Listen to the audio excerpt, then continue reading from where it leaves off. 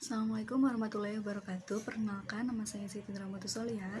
Saya dari Fakultas Sains dan Teknologi Prodi Sistem Informasi Universitas Terbuka UPBJJ Bogor. Tutor dan teman-teman yang saya hormati, pertama-tama marilah kita panjatkan puji serta syukur kita kehadirat Allah Subhanahu wa Ta'ala, karena atas berkat rahmat dan hidayahnya kita dapat berkumpul pada diskusi 4 ini dengan keadaan sehat walafiat dalam tugas gagasan yang bertemakan COVID-19. Di sini saya akan menjelaskan gagasan saya terhadap COVID-19. Coronavirus atau COVID-19 adalah kumpulan virus yang menginfeksi sistem pernapasan pada manusia. Virus ini dapat menyebabkan infeksi ringan seperti flu dan dapat menyebabkan infeksi berat seperti infeksi pada paru-paru atau pneumonia, serta dapat menyebabkan kematian pada manusia. Siapa sajakah yang dapat terjangkit virus corona ini?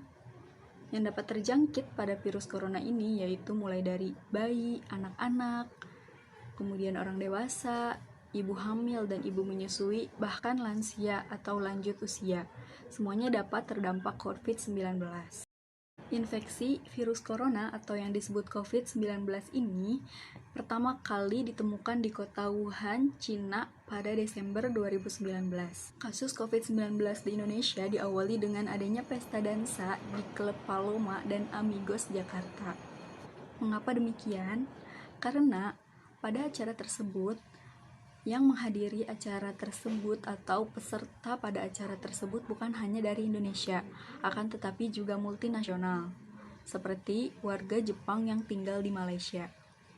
Jika dilihat berdasarkan usia lanjut atau usia yang lebih dari 60 tahun, itu lebih besar persentase angka kematiannya dibandingkan dengan kelompok usia lainnya. Jika dilihat dari jenis kelamin, 52,3% penderita yang meninggal akibat COVID-19 adalah yang berjenis kelamin laki-laki, serta 47,7% sisanya adalah perempuan. Meski jumlah kematian akibat COVID-19 tergolong tinggi, tetapi angka kesembuhannya pun terus bertambah. Apa saja gejala berat yang dialami penderita COVID-19?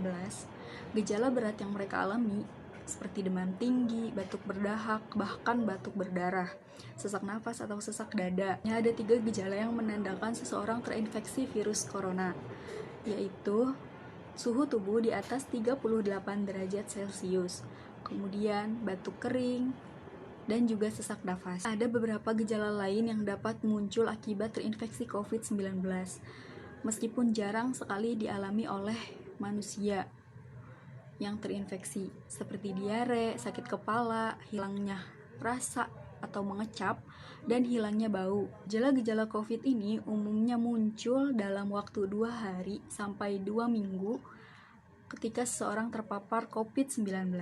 Sebagian pasien yang terinfeksi virus corona bisa mengalami penurunan oksigen tanpa adanya gejala-gejala yang seperti saya jelaskan tadi. Hal tersebut disebut happy hypoxia. Untuk memastikan apakah seseorang terinfeksi COVID-19 atau tidak, diperlukannya rapid test atau PCR.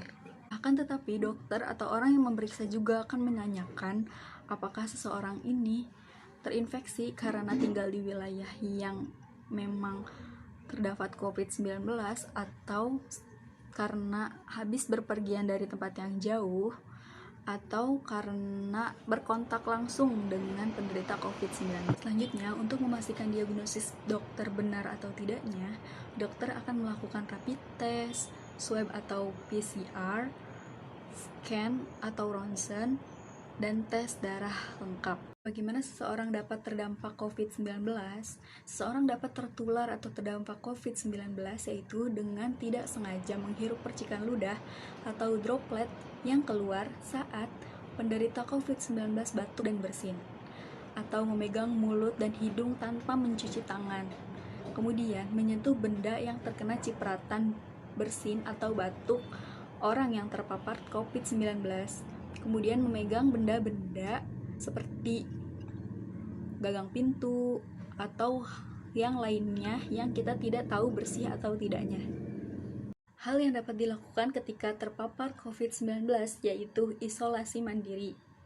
Itu yang pertama. Yang kedua, yaitu menghubungi hotline COVID-19 agar kita tahu gimana kita bisa menjalani dan di mana tempat kita untuk menjalani infeksi virus corona tersebut. Kemudian yang ketiga, tetaplah di rumah dan jangan melakukan kontak dengan orang lain selama 14 hari. Jika dalam masa karantina, kita dilarang untuk bepergian ke tempat-tempat umum seperti kantor, sekolah, atau yang lainnya. Jaga jarak minimal 1 meter dari orang yang ada di sekitar kita. Selalu mencuci tangan agar kita bebas dari virus corona.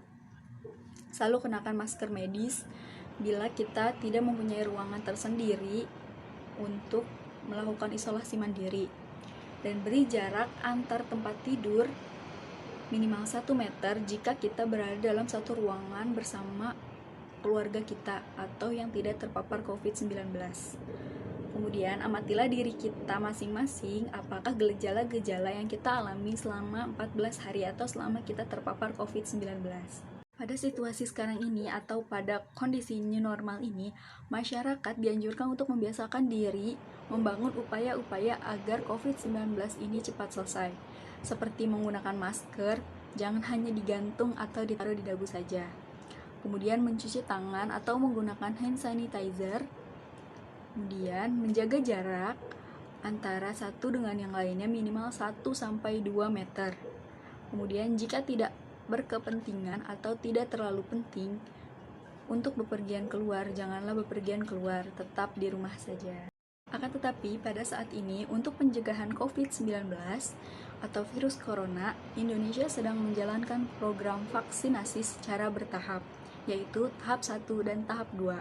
Hingga 4 November 2021 ini, lebih dari 122 juta orang yang menerima vaksin dosis pertama dan 76 juta orang yang telah menerima vaksin dosis kedua.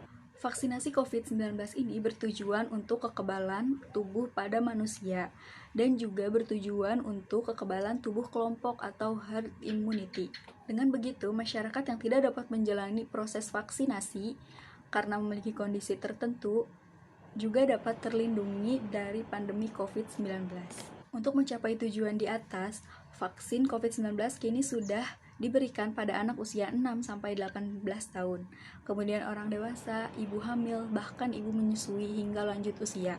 Sementara itu, orang yang memiliki riwayat penyakit atau menderita kondisi tertentu bisa saja melakukan vaksinasi, akan tetapi harus dapat izin dari dokter.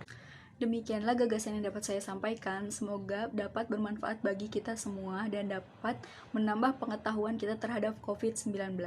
Kurang dan lebihnya mohon maaf dan mohon bimbingannya kepada tutor. Wassalamualaikum warahmatullahi wabarakatuh.